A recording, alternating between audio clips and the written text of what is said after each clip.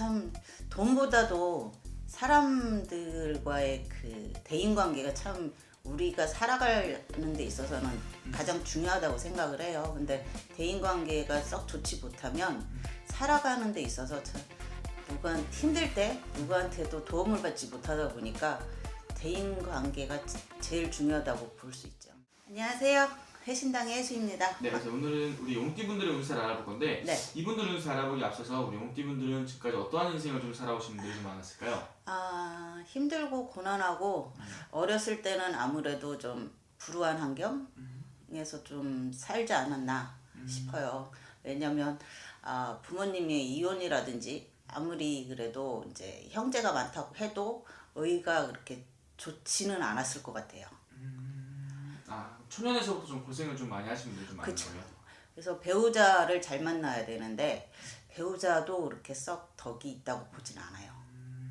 우리 용띠분들이 대체적으로 좀 인덕이라든지 이런 게 많이 없으신 분들이 좀 많나 보네요. 네, 좀 그런 면이 다른 띠들보다 좀 많다고 볼 수 있습니다.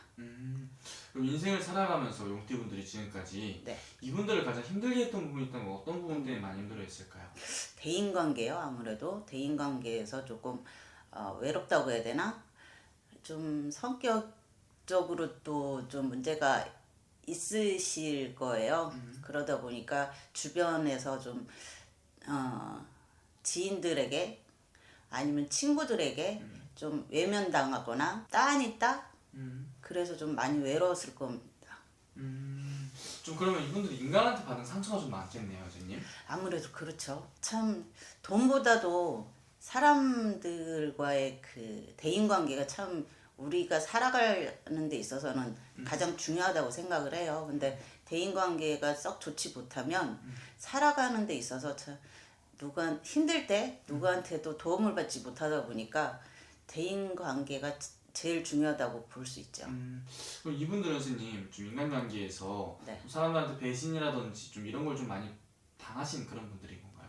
그런 분들도 있고 한편으로는 또 의도치 않게 오해를 사서 지인들이 떠나가는 경우도 많다고 볼 수 있죠. 그러니까 나는 그런 의도로 말한 게 아닌데 네. 이게 상대방의 입장에서는 이게 예. 다르게 받아들여서 오해를 많이 사서 지인들이 많이 떠나간다고 볼 수 있습니다. 어떤 분들인지 알겠네요. 그러면 선생님 이분들은 이 초년, 중년 이렇게 있잖아요. 지금 네. 말년까지 이분들이 가장 힘들었던 시기는 좀 어떤 시기가 가장 많이 힘들었을까요? 초년보다 중년이 조금 더 힘들 거라고 보여요. 왜냐면 초년에는 아무래도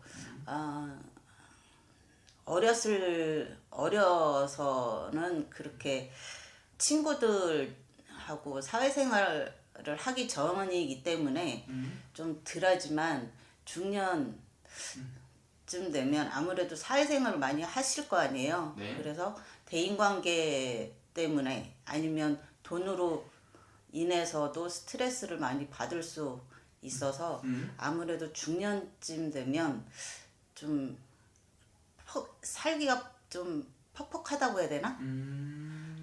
네.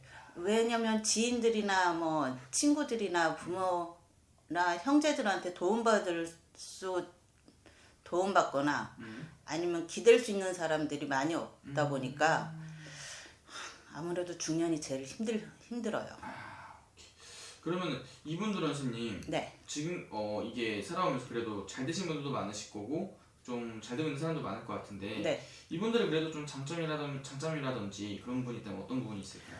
열정이 넘치고 자기가 이루고자 하는 그 목표가 생기면 물불 안 가리고 열심히 하세요.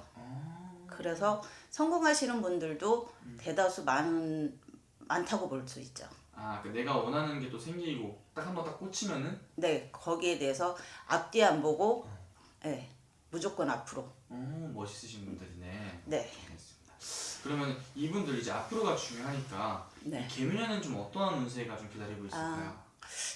이 용띠 분들은 다른 분들에 비해서 올해는 금전적으로는 괜찮을 것으로 보여요. 네. 뭐 시험을 준비하고 있는 학생이거나 아니면 자격증을 준비하고 계시고 있다면 올해 안에는 자기가 뜻하는 대로 이루어질 것 같고요. 또 직장인이시라면 이직이나 승진 기회가 있을 것으로 보입니다.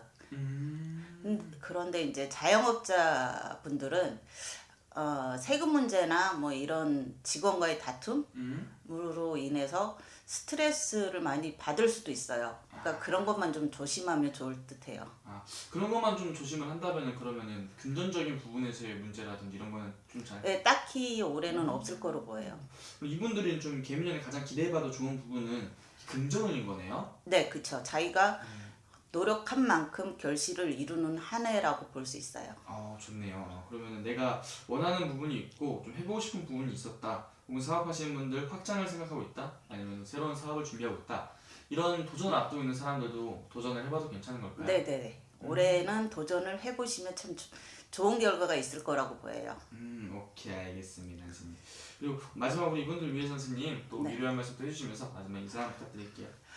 올해는 금전운도 괜찮고 뭐 다 좋은데 건강에 특히 관리를 좀 신경 써주셨으면 좋겠습니다. 그거 외에는 올 한 해 화이팅 하시는 한 해가 되셨으면 좋겠습니다.